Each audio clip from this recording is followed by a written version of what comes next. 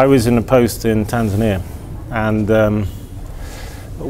I've climbed Kilimanjaro 3 times, and I've seen the effect of climate change. And probably there are 2 examples on the planet where people actually can tell climate change is happening. One is on Kilimanjaro, and one is in the Antarctic. And I felt as soon as I took up my position there, I was very privileged to become a head of delegation there, that climate change had to be a mega issue for us.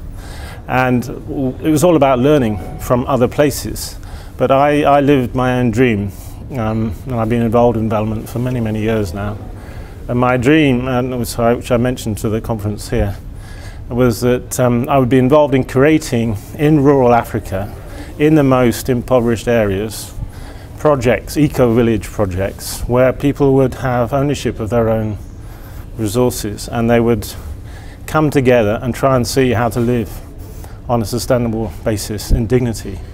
And we succeeded with relatively little money, with the GCCA support, to set up 3 projects. And now I was overjoyed to hear just 2 days ago that the amount of money going to these projects has been quadrupled, and brand new projects are now going to develop because they've been a great success story. And my dream was the experience that lived in Tanzania would be picked up, taken on by other countries in Africa, in Asia, Pacific, because all the people, the most vulnerable people, suffer the same problems. And often they're the forgotten people. They're not urban based, often they're illiterate, they don't have access to knowledge, communication. But if you can give them modern technology, if you can care about their development, then they can become tremendous agents for change, and they can give messages which revolutionize their views on life and on what they can do. And so we made it very much a part of the conception of these projects, that anything that they developed would be passed on to other people. And we'd set up internet connections and networks of one sort or another. So, and it's working. There's a project which is one of my passions, a place called Chilolo, which is very close to the main parliament in Tanzania, in Dodoma. That's 45 minutes from the Parliamentary Assembly. And I bet every single member of parliament in Tanzania has now visited this project, which was only set up in October last year. And by word of mouth, people are talking about it. And people are saying, oh, this is making a difference to people's lives. There are 22 new technologies which have been tried in this project.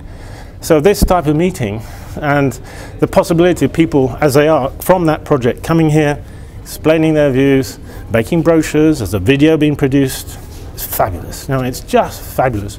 And I think one thing, the European Union can do through all its delegations is really pick up on success stories and bring people together. And this is what we're going to do, I hope. I've now sadly left Tanzania, but the legacy will live on.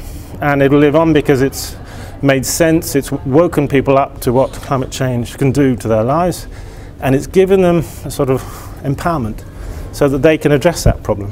And they're using European technology, European experience, African experience, and I hope they'll have Indian experience and Vanuatu experience or whatever. I think it's really excitement that this project can give.